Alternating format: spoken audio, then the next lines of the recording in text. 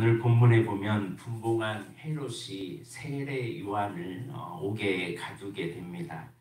옥에 가두게 된 이유가 뭐였냐면 3절에 보면 헤롯이 그 동생 빌립의 아내 헤로디아의 일로 요한을 잡아 결박하여 옥에 가두었다라고 하는 겁니다.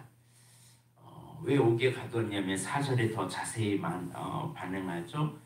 당신이 그 여자를 차지한 것이 옳지 않다라고 하였기 때문이라는 거죠.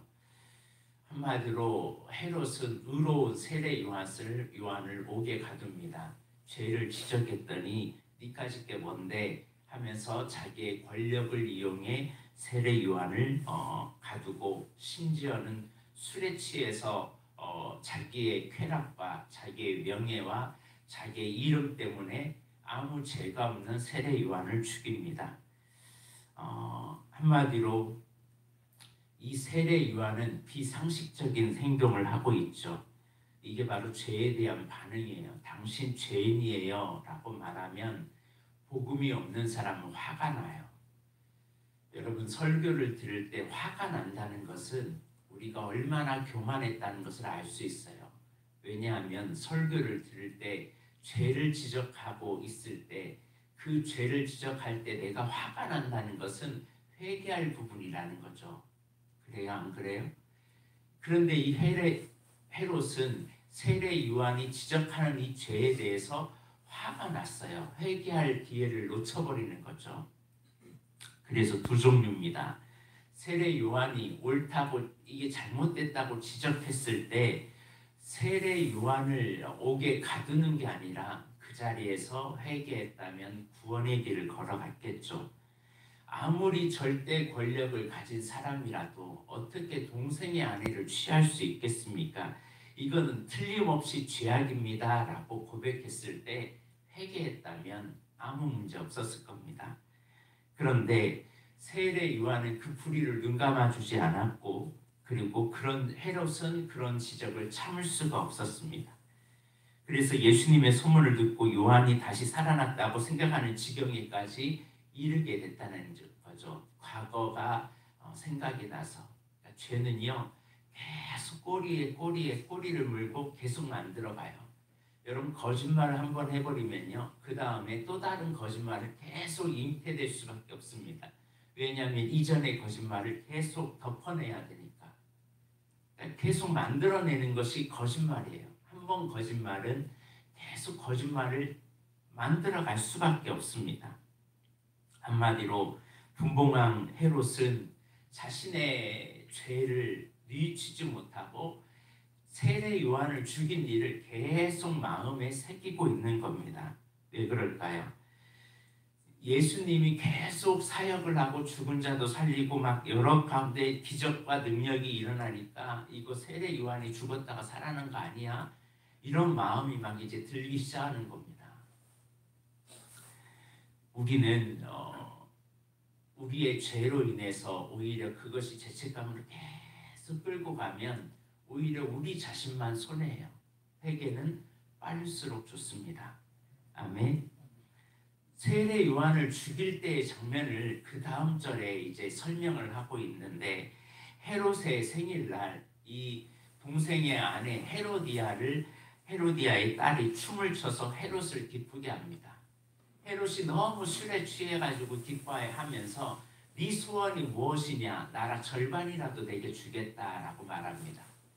그랬더니 이 헤로디아의 딸이 헤로디아에게 무엇을 요청할까요? 성을 요청할까요? 사람을 요청할까요? 그런데 이 헤로디아가 그동안 마음에 품었던 그 분노를 품습니다.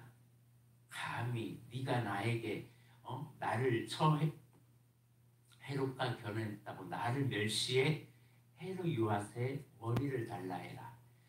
그게 엄마가 딸에게 요구하는 거였어요. 여러분, 참 신기해요. 죄는요, 얼마나 무서운지 이 비도덕적이고 비상식적인 것을 요구하게 만들어요. 죄가. 여러분, 딸에게 사람의 머리를 달라고 할 수 있겠어요? 아니죠. 그런데 허영과 교만의 결과가 이렇게 비참한 결과를 가져오게 됩니다. 또 헤롯은 자기가 얼마나 대단한 사람인지 막 사람들한테 드러냈기 때문에 자기가 말한 것을 이제 헤로데스 딸이 갑자기 헤롯의 세례 요한의 머리를 달라고 하니까 갑자기 난감이 된 겁니다. 내가 말은 했고 한 번 말한 것을 거둘 수가 없고 그래서 그대로 하게 만듭니다. 한편에서는 얼마나 후회했을까요? 어리석인 맹세 때문에 헤롯은 잘못된 결정을 내리죠.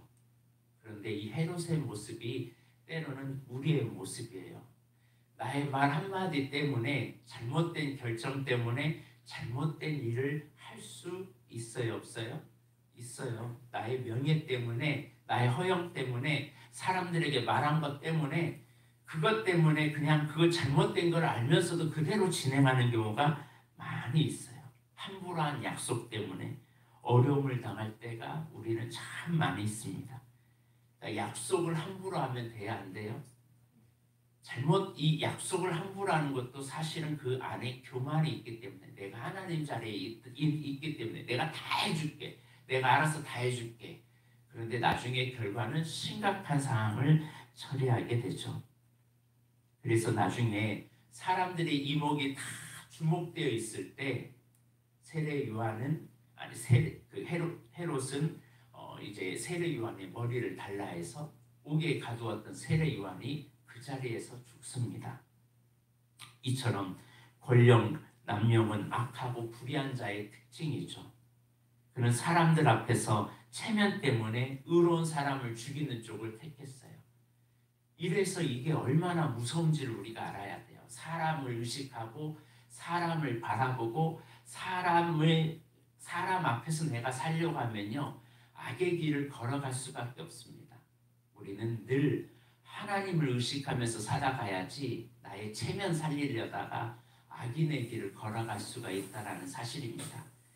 그러므로 우리는 불의와 죄악을 선택하는 이런 어리석은 결정을 했던 헤롯처럼 우리들도 때로는 이 체면 때문에 나의 허영 때문에 나의 교만 때문에 어리석은 결정을 할 수 있다는 사실을 알고 늘 사람들의 이목이 두려워 죄를 선택해서는 안 된다는 사실입니다.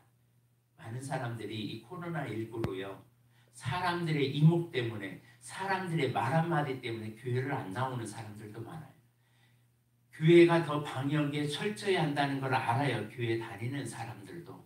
근데 사람들 말 때문에 사람들의 이목 때문에 죄를 두려워하고 오히려 그것에 따라가고 있는 우리들의 모습이라면 우리는 자칫 잘못하면 사람을 의식하고 살아가고 있다는 사실입니다.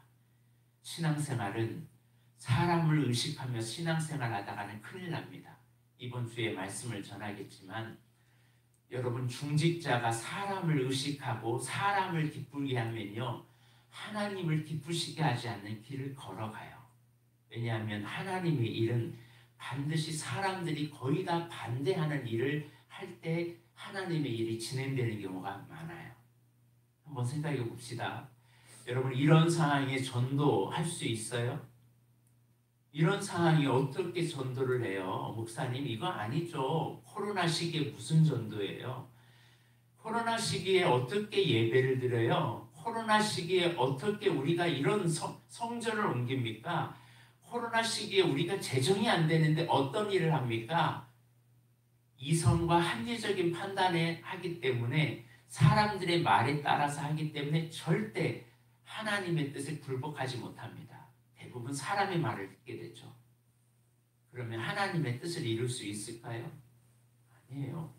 늘 우리의 믿음은 하나님을 바라보면서 살아가야지 사람들이 이렇게 생각해요. 사람들이 이런 마음을 가지고 있어요. 그게 중요한 게 아니에요. 하나님이 어떤 걸 원하실까라는 거예요. 그런데 헤롯의 판단 기준은 하나님의 의가 아니었어요. 사람들의 이목이었어요. 사람들의 말이었어요. 사람들이 나를 어떻게 볼까? 결과적으로 의로운 자를 죽이는 엄청난 불의를 행하게 만들죠. 죄는 죄악을 계속 끌고 갑니다. 그리고 나중에 그 죄를 지은 결과로 예수님이 행한 일 때문에 세례 요한이 다시 살아난 거 아닐까라는 두려움으로 살아가게 됩니다. 어리석은 자는 불의를 선택한다는 사실을 잊지 말고 우리는 늘 사람을 보면서 신앙생활하는 것이 아니라 하나님 앞에서 살아가는 저와 여러분이 되었으면 합니다. 오늘 말씀을 통해서 몇 가지를 놓고 기도했으면 합니다. 첫째는 나의 죄가 말씀을 통해서 딱 찔림을 받았다면 화를 낼 게 아니라 뭐를 해야 돼요? 회개할 때다라는 것을 알아야 돼요. 특히 잠언의 말씀이 우리에게는 엄청 찔릴 겁니다. 잠언은 우리를 찔리라고 주는 말씀이 잠언이거든요. 근데 그 말씀을 듣고 찔림을 받았다면 그 자리에서 회개할 기회지, 그걸 가지고 너는 얼마나 잘하는데, 당신은 얼마나 잘하는데, 내 옆에 있는 사람이 문제인데 당신 들으라고 하는 거야, 이렇게 상대방에게 돌려서는 안 됩니다. 우리는 말씀을 들으면 회개할 기회다라고 생각하고 회개해야 그 영이 산다라는 사실을 잊지 마시길 바랍니다. 두 번째는 우리는 쉽게 맹세를 하면 안 됩니다. 사람이 실수할 때가 대부분은 언제냐면 술에 취할 때 실수를 해요. 흥분할 때 실수를 해요. 뭔가 잘 나가고 사람들이 막 박수갈채를 받을 때 실수를 합니다. 그러니까 맹세 함부로 하면 안 됩니다. 그리고 내가 높아질 때 더 겸손해지려고 해야지, 사람들에게 박수갈채 받는다고 해서 나의 대단함을 자랑하려고 하는 순간에 우리는 실수할 수밖에 없다는 사실을 잊지 마시길 바랍니다.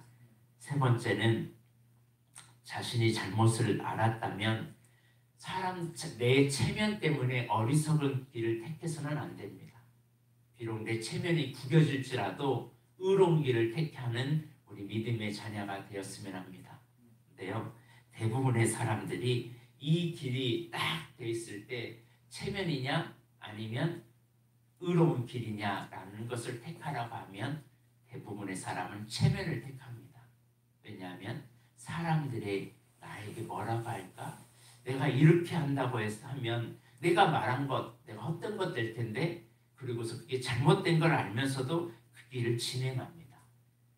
그러나 우리는 그런 사람이 되지 말고, 불의를 택하는 사람이 되지 말고 오직 의의 길에 서는 우리 믿음의 자녀들 되었으면 합니다. 기도하겠습니다.